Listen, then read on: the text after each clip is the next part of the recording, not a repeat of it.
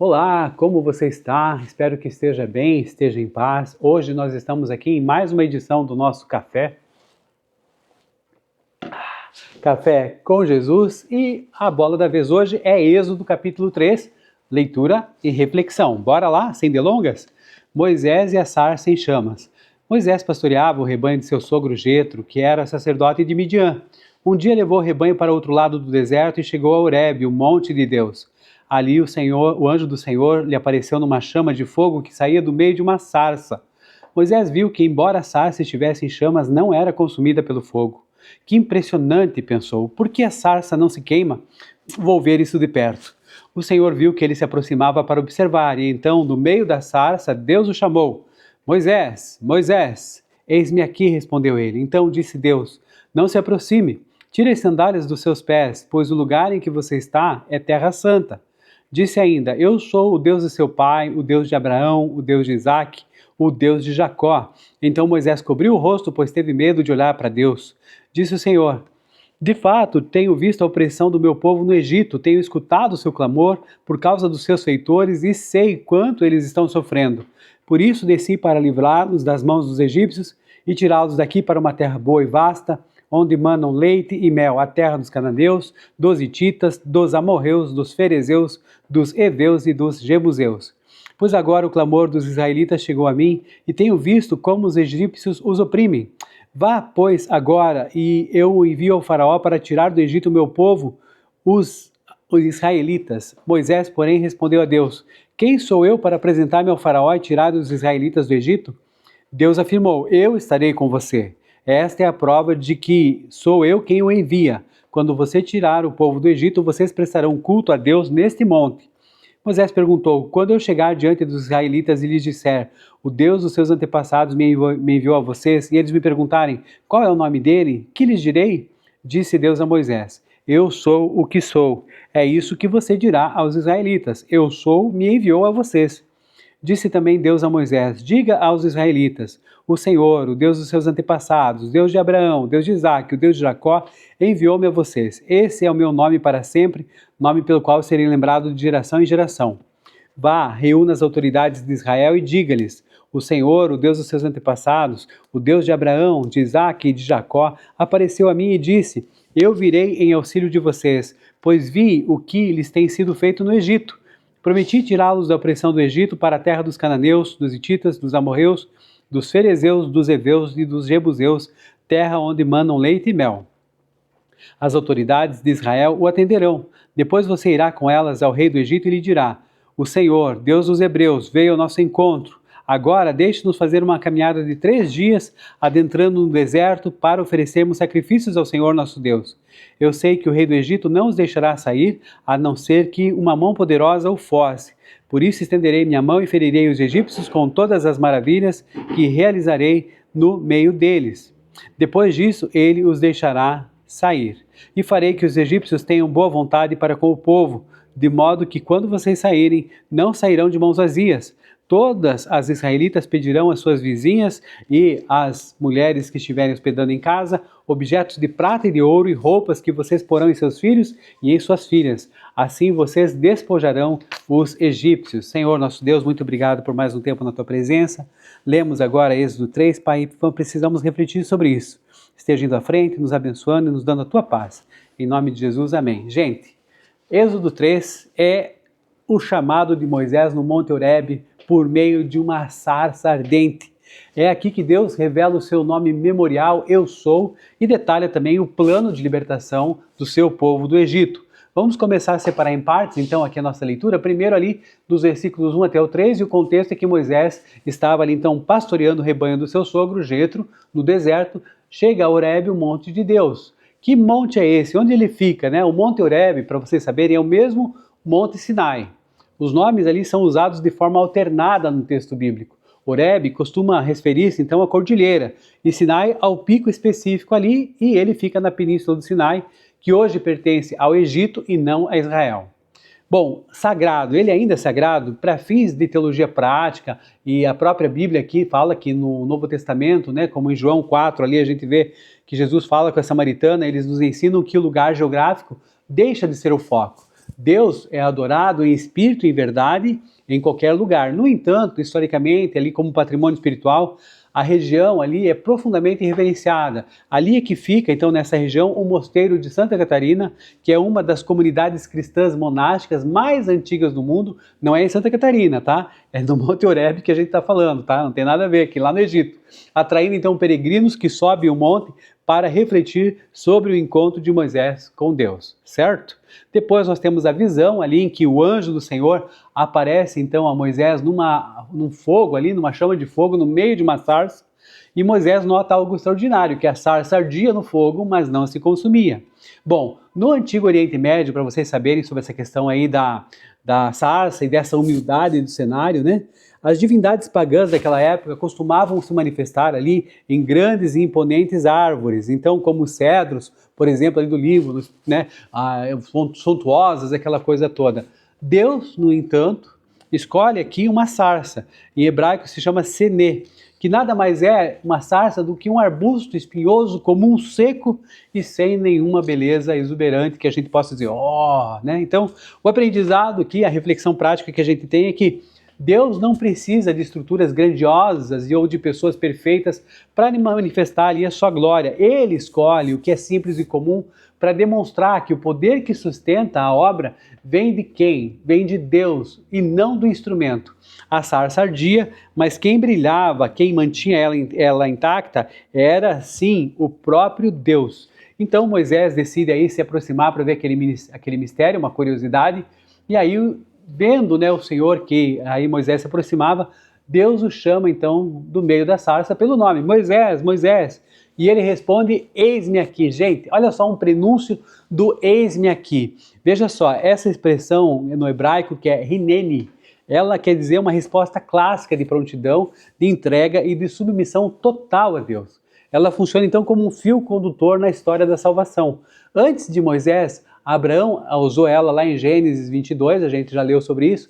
Depois de Moisés, ela vai ecoar também por momentos cruciais do Antigo Testamento, como a gente vai ver com Samuel. Fala, Senhor, porque teu servo está ouvindo. Também o profeta Isaías falou, eis-me aqui, Senhor, envia-me a mim.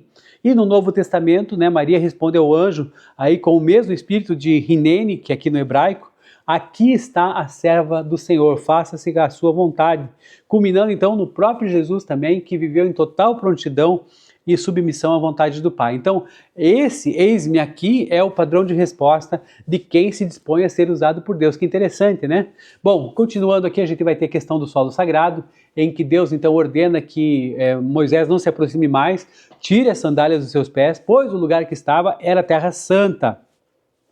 Então Deus se apresenta então a sua identidade, né, como Deus dos seus antepassados, Deus de Abraão, Deus de Isaac, Deus de Jacó, e diante disso Moisés esconde o rosto com medo de ficar, de olhar para Deus, né, tem ali uma situação complicada. E aí Deus afirma ali, continuando ali nos versículos do 7 até o 10, que viu a aflição, ouviu o clamor e conhece o sofrimento do seu povo no Egito. Então olha só, na versão NVI, de fato, ali no versículo 7, de fato tenho visto a opressão do meu povo no Egito, tenho escutado o seu clamor por causa dos seus feitores e sei quanto eles estão sofrendo.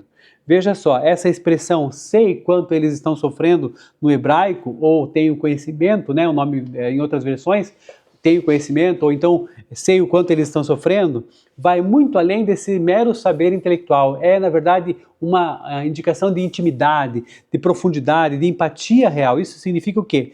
Que Deus não estava apenas ciente do que acontecia no Egito como um observador distante. Ele também participava da dor do seu povo. E essa compaixão ativa é que fundamenta também a nossa própria confiança na oração, na intercessão, porque Deus participa ativamente do processo da redenção diária das nossas vidas. Deus declara então, seguindo, que desceu para livrá-los dos egípcios e para levá-los para uma terra boa e vasta, uma terra que mana leite e mel. E Deus dá então uma ordem direta a Moisés enviando-o. Vá, pois agora eu o envio ao faraó para tirar do Egito o meu povo, os israelitas. Lembra que eu falei para vocês de Moisés tirar para fora, né? Tirar do Egito, tirar do rio, né? Ele foi tirado ali do rio. Moisés, o nome dele. E aqui também, agora fazendo jus a seu nome, foi enviado para tirar do Egito o povo israelense, né?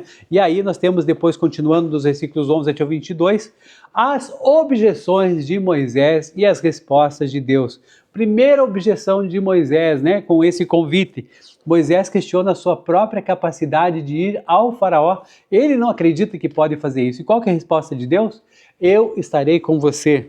Deus dá um sinal claro para Moisés de que é ele que vai com ele. Então, para que ele também tenha essa certeza. E aí, o que acontece é o seguinte, falando sobre essa questão de que eu estarei com você, Deus também complementa, porque após tirar o povo do Egito, eles prestariam culto a Deus naquele mesmo monte, e aquele monte realmente ali eles voltaram sim. A gente vai ver depois ali em Êxodo 19, após a saída espetacular do Egito e a travessia do Mar Vermelho, que todo o povo de Israel chega exatamente ao pé do Monte Sinai, ou então do Monte Horebe, né? E aí foi ali que eles acamparam, prestaram culto, receberam os 10 mandamentos e estabeleceram também a aliança com Deus.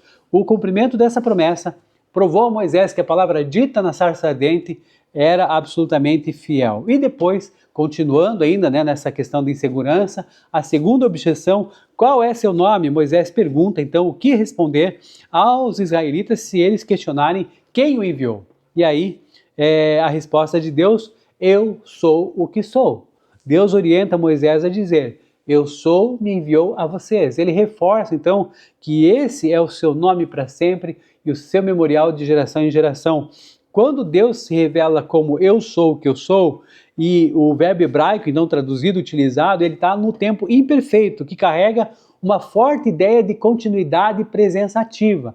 Uma tradução, se a gente pudesse trazer para o nosso português, né? Eu serei o que serei, ou então eu estarei presente da forma que estarei presente. Então essa forma continuada, essa presença ativa é o significado desse eu sou o que sou. E quando Moisés questiona então sua própria capacidade, quem sou eu? Né? Deus não responde elogiando as habilidades de Moisés. Ele simplesmente diz, eu estarei com você, ali no versículo 12. A identidade de quem é enviado, gente, importa menos do que a presença daquele que envia. Eu sou, garante que, seja qual for a necessidade futura, ele, o Senhor Deus, será o suprimento exato para ela.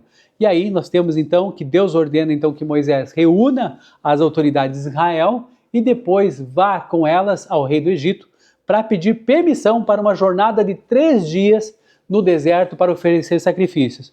Mas espera aí, não era para libertar o povo do Egito? Como é que é o povo de Israel do Egito?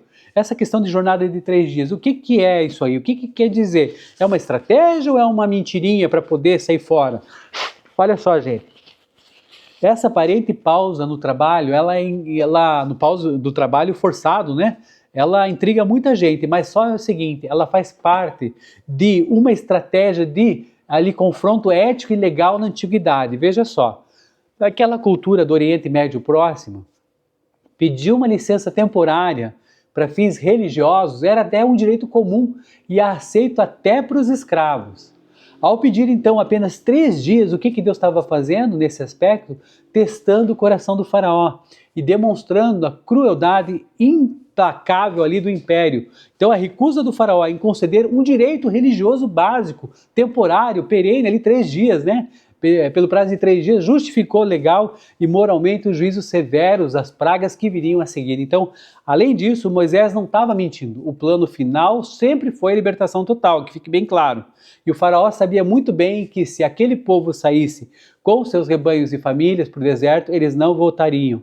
Era como o primeiro passo de uma ruptura definitiva que começava ali com uma coisa básica, um direito que poderia ser concedido sem ter qualquer problema, e aí permitindo esse prazo de 3 dias. Nem isso o faraó, né, depois a gente vai ver, ele anuiu. De qualquer maneira, Deus avisa que o rei do Egito não os deixará ir, a não ser por força de uma mão poderosa. Por isso, Deus ferirá o Egito com prodígios. Nós vamos acompanhar nas leituras próximas aqui. Ele garante que o povo não sairá de mãos vazias, as mulheres israelitas pedirão objetos de prata, ouro e roupas aos seus vizinhos egípcios, despojando-os. O diálogo vai continuar no próximo capítulo, né? E se você pensou que essas questões aqui, né, de Moisés, ali, as objeções dele com o convite de Deus, ficariam por aqui? Não, vai ter mais sim. No capítulo 4, a resistência dele vai se intensificar, nós vamos ver isso amanhã. Bom, esse capítulo, o que está acontecendo, gente? Esse capítulo fundamenta a teologia prática da libertação e do cuidado ativo de Deus na história humana, revelando o Senhor como aquele que age em resposta às orações e ao sofrimento do seu povo. Deus não está alheio a tudo isso, e Deus usa a liderança humana para cumprir os seus propósitos éticos e espirituais. Desafio para hoje, baseado em Êxodo 3, então, é que cada um de nós mude o foco das suas próprias limitações para a suficiência da presença do Senhor Deus. Assim como Moisés, então, olhou para si mesmo e questionou: quem sou eu? Muitas vezes nós também ficamos paralisados diante dos chamados, das responsabilidades, dos desafios diários, por nos acharmos o quê? Incapazes, incompetentes, pesados de língua, né? Ou até pequeninos demais. Então, o convite de hoje é que nós vamos a Deus em oração, reconhecendo assim com sinceridade as nossas fraquezas, mas escolhendo principalmente descansar na promessa do eu sou, lembrando que a eficácia da nossa jornada, o sucesso da nossa jornada não depende de quem nós somos, mas quem caminha conosco e quem habita em nós. Amém? Você sabe, o Senhor Deus.